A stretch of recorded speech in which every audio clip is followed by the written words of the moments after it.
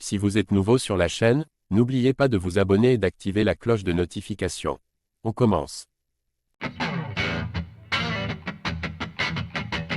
Près de 3 mois après l'UFC 299, l'affrontement entre Benoît Saint-Denis et Dustin Poirier continue de faire parler. Le manager du Frenchie Guillaume Pelletier a d'ailleurs fait de grosses révélations là-dessus, alors que la légende américaine va se battre pour le titre des poids légers dans quelques jours.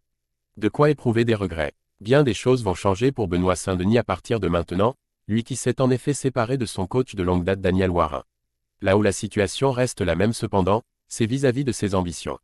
L'ancien militaire continue ainsi de ne viser qu'une chose, la ceinture de champion des poids légers à l'UFC. Star montante de la fédération de MMA ces derniers temps, le Français a cependant connu un gros coup d'arrêt en mars dernier.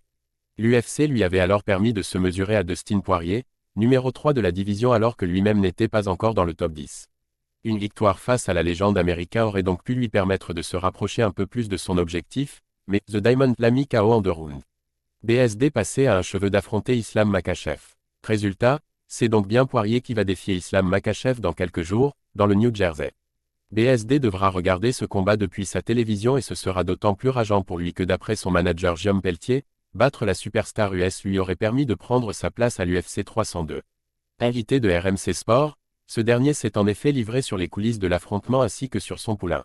Ça fait 2 mois qu'on ne m'a pas entendu depuis le combat de Benoît, mais c'était déjà signé. Tout était signé. Il battait Poirier, il affrontait Makhachev en juin tout à fait. Si c'était trop tôt, ouais, pourquoi pas. Nous en reste tous à notre place, on a pris une défaite. Si on a pris une défaite, c'est qu'on doit travailler des choses.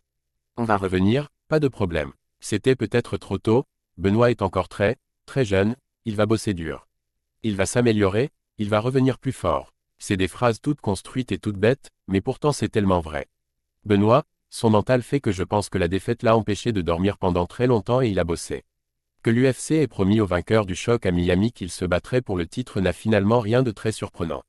Il y a quelques semaines, Dana White aurait promis la même chose à Khamzat Chimaev et Robert Whittaker chez les poids moyens, eux qui croiseront le fer en juin. La déception a donc dû être d'autant plus immense pour le Français, au point où son cycle de sommeil s'en est retrouvé salement perturbé. En cas de victoire contre Dustin Poirier, Benoît Saint-Denis aurait donc bel et bien eu sa chance de se battre pour la ceinture des poids légers. Mais la marche était finalement un poil trop haute pour lui et ce n'est pas forcément une mauvaise chose. La défaite lui aura permis d'identifier ses points faibles afin de revenir plus fort.